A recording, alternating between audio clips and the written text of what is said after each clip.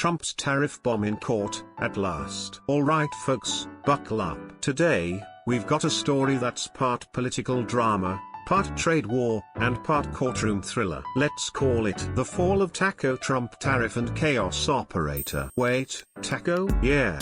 Tariff and Chaos Operator. A man who ruled the world with levies and confusion. Also lovingly known as Trump Always Chickens Out. He's the main character in this real-life trade reality show, where everything starts with tariffs and ends in lawsuits. Recently, Trump jumped on his social media soapbox and made it sound like he pulled off the deal of the century. He said he secured an unprecedented tariff agreement with Japan. Big words, big ego, big nothing. Because guess what? Actual content? None. Joint signatures? No. Japan's side? Totally different story. If this was a trade negotiation, it looked more like an imaginary summit. Trump's camp yelled, "We won." Japan quietly muttered, "What deal are you talking about?" Then, riding this half-baked victory, Trump turned to other allies like South Korea and basically said, "Negotiate quietly, or face the tariff hammer." Yeah, this isn't diplomacy. It's starting to sound more like a trade mafia shakedown. So now the big question is, what happens when Taco Trump, the outlaw of global trade, faces the courtroom? Let's get into it. April 2nd, the day the tariff bomb dropped. On April 2nd, 2025, President Trump walked up to the global trade table and flipped it over. Boom.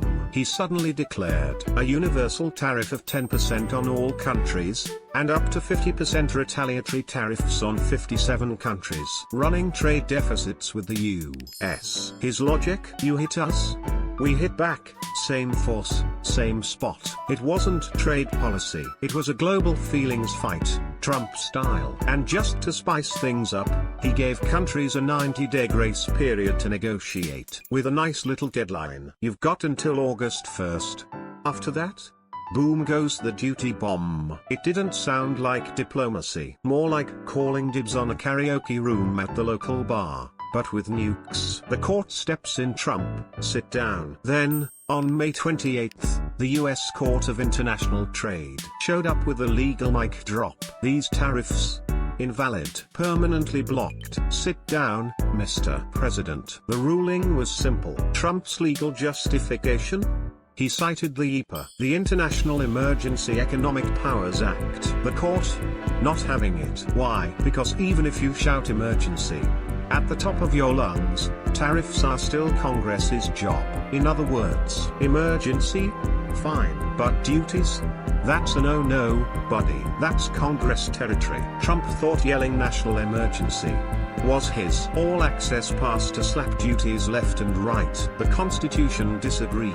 Constitution versus Trump. The 1787 showdown. The U.S. Constitution, Article I, Section 8, is clear. Crystal clear. Only Congress can impose taxes and tariffs. That's it. Game over. No presidential cheat codes allowed. But what did Trump do in 2025? I'm the president, right? I'll just declare an emergency. And, wham. Tariffs for everybody. Imagine picking a fight with the Constitution like it's a schoolyard brawl. The Constitution is a 200-year-old law book. Trump folded it into a paper airplane and threw it across the room. And the IEEPA? Let's be real, it's not a tariff wand. It's for freezing assets, blocking trade, halting transactions. Nowhere does it say go nuts with tariffs. Trump tried to sell it like this. These aren't really tariffs. They're just tools to maintain economic order. But the truth? He drove a bulldozer straight through the Constitution and waved IEEPA like it was his license. The court called his bluff. IEEPA? Sure, fine, for emergencies. But tariffs? You gotta go through Congress, man. At this point, Trump was a dancer with tangled shoelaces. Caught between Article I and IEEPA, and the DJ cut the music. Trump versus 12 states and corporate America. So, who sued Trump? Oh, just a small group called half the country. The plaintiffs, some of America's biggest companies, and 12 state governments. including New York, Oregon, and Arizona. The defendant, President Donald J. Trump, joined by his trusty tariff troopers. Secretary of Commerce Howard Lutnick, Trump's economic hype man, the U.S. Trade Representative, the head of customs, basically the whole executive branch minus the White House janitor. It's not just a lawsuit, it's a domestic trade war. One side is yelling, "We're bleeding over here. You wrecked our supply chains." The other side is shouting back, "We did it for national security." Let's break it down. Trump launched surprise tariffs like they were water balloons. His legal reason?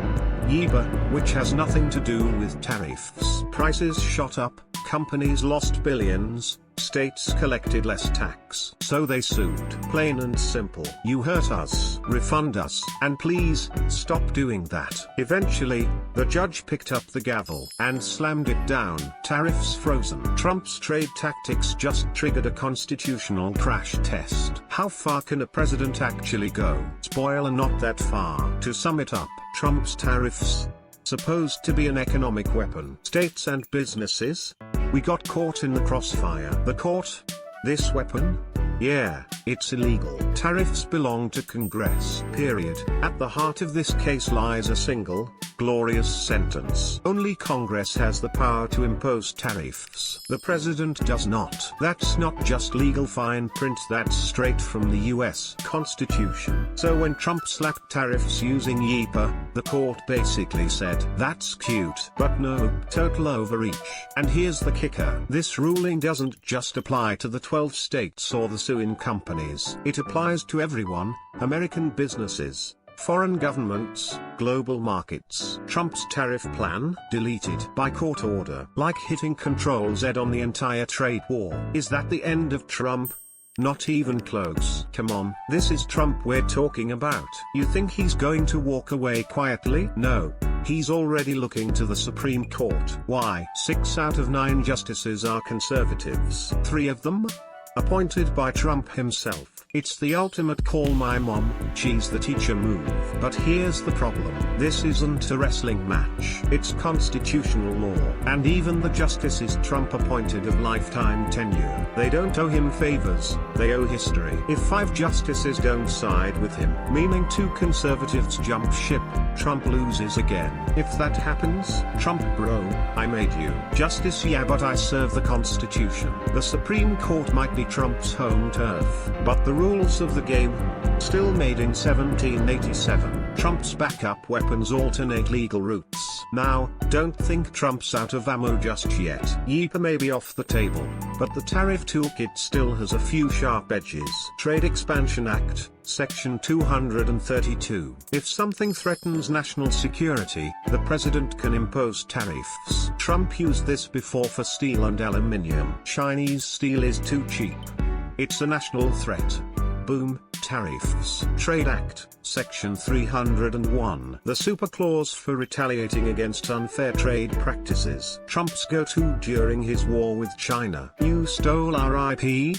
Welcome to Tariff City. Trade Act, Section 122. For major trade deficits, the president can add up to 15% tariffs for 150 days. Not used often, but Trump might just dust it off. Desperate times call for obscure clauses. So yeah, IEEPA's gone. But the man's still got legal blades in the drawer. And he's never been shy about swinging them. Non-tariff barriers? That's not his style. What about subtle tactics? Like import restrictions, certification slowdowns, Buy American mandates. PFFFT. Please, Trump doesn't do stealth. He wants big, bold, beautiful numbers. He wants headlines, not footnotes. We need big tariffs. We need beautiful tariffs. Congressional approval. Good luck with that. Trump does have another option. Just ask Congress to approve tariffs. Like a kid caught sneaking out who goes, "Fine. I'll bring a permission slip." In theory, this would work, if both chambers agree. In the House, Republicans ruled. So yeah, probably a green light. He gave us tax cuts, tariffs? Why not? In the Senate? Whole different game. Enter the legendary filibuster, a Senate move that lets the minority party talk a bill to death. To shut that down, you need 60 votes. The GOP? only has 53. So yeah, do the math. Even if the House rolls out the red carpet, the Senate will turn it into an endurance sport. House like a family dinner, Senate like a Spartan race. Why August 1st is the real deadline. So why is Trump so obsessed with August 1st? Because on July 31st, the appeals court is holding an on-bank hearing. That's lawyer speak for the whole gang of judges is showing up. Basically, it's the semi-final for the fate of Trump's tariff dream. If things go sideways in court that day, tariffs toast. Other countries wait. Your own court said this is illegal. We're out. US companies time to sue for refunds. That's why Trump's pushing hard to finish negotiations by August 1st. He knows, after that, the table might flip again. What happens next? Trump wins, tariffs stay, trade partners fold. Trump celebrates with fireworks and a tweet storm. Trump loses, tariffs vanish. Foreign nations and US firms line up for refunds and damages. Trump wipes sweat. The world breathes easy. Supreme Court showdown. The Constitution enters the ring. This becomes a textbook case for generations to come. Bottom line, Trump rolled the tariff dice. Now the judges are watching them land.